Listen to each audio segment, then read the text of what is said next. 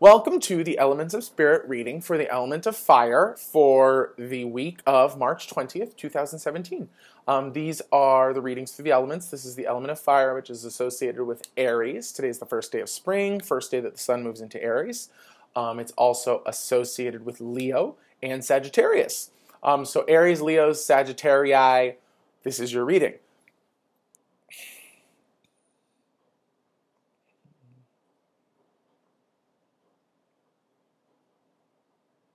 Wow.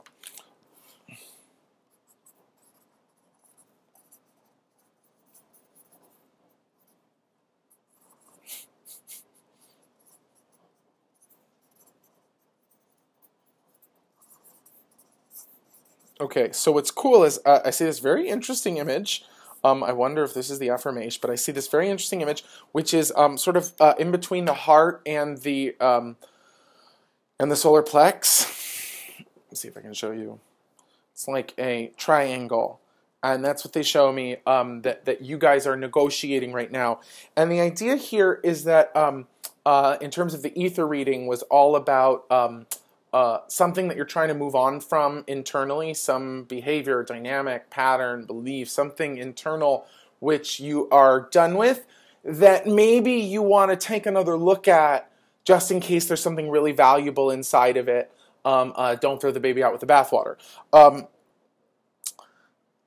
This spot, this zone to me is the diaphragm. It's about taking life in, releasing into your experience. It's also midway between the solar plexus and through the heart.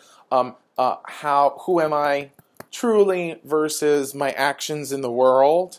And in between those zones around the diaphragm is where a lot of times I find people hold familial tension. I do a workshop that's called Family Clearing, wherein we make like a karmic pact with all of the ancestors that came before us, saying, hey, grandparents, great aunts, uncles, everyone, I will deal with the family's shit. But I'm going to do it in my way. I'm not going to deal with your stuff. I'll take the karmic weight of it, but let me learn my own lessons. I don't want to be processing your stuff. And there's a little bit of that. There's a little bit of like a self-imposed, that's what this means to me. It means I activate my consciousness around the baggage of my family. And it's saying that you guys can find power in the things. We're not even going extreme familial. We're just going to actually look at mothers and fathers. The idea here is that, both mothers and fathers. You got to look at both. The statement, and I think this is the affirmation. I'll let you know in a bit. But I find strength in the toxic patterns of my family. It's pretty funny. I find strength in the toxic patterns of my family. So the idea here, remember, it's like, ether reading is saying in this behavior and bullshit that you're trying to chuck, there's some aspect of yourself which is good, which is whole, which is valuable, which is golden, which is perfect.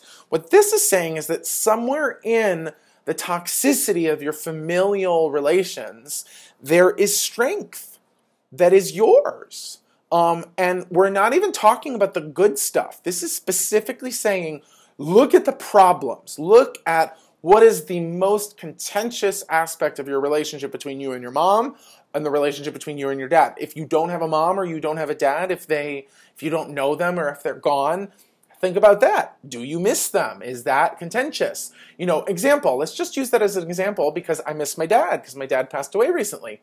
So it's not really contention, but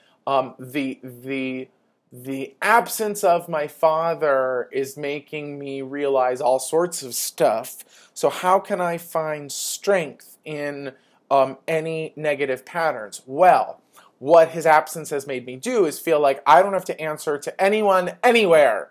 And it feels like a strength, but I also know myself well enough to know that when I don't have to answer to anyone, anywhere, I can become like a slovenly, slothful, lazy biatch. So the idea here is that I've been pushing myself really hard and trying to perform, do, stay on top of everything. And I can actually find the strength to chill by if the toxic side of my dad's zero fucks attitude is that maybe he didn't accomplish everything that he wanted to, I can mine that toxic bequeathal for the zero fucks attitude and just say, yeah, sure, this could be a negative tendency inside of me, but I know in my heart of hearts that I still need some time and some self-care and some strength and some energy in order to do the work that I actually want to do. And, you know, if we're going to be fully honest, full disclosure, that's my mom and me. She's like a workhorse. She's a workaholic. And sure, like I would love to just be chill all the time, but the reality is that my DNA is also coded with someone who feels great when they accomplish the impossible. So I could use that toxic element of mama and say, no, it's not going to be toxic. I am going to assert and embody the perfect balance of working my tits off and sitting on my ass. Awesome. So I hope this is helpful. Ether, some aspect of self which you're trying to move on from, contains gold value within it. And fire, I find, and the affirmation for that one was, I lovingly treasure my most mortal flaws. And the fire affirmation, I find strength in the toxic patterns of my family. I find strength in the toxic patterns of my family. I find strength in the toxic patterns of my family. Again, this is just in the name of uncovering strength so that you can polish off whatever this aspect of yourself is that you think is a piece of ish from the ether reading, so that it can be offered in service, so that you take this time to do this self-work, to do this reflection, so that as you plant the seeds of your intentions into the solar new year, into the astrological new year of spring, you are clearing away that which doesn't serve and finding those strengths so that they can be offered gold from muck. I find strength in the toxic patterns of my family. Bless you. Thank you. Love you. See you next week.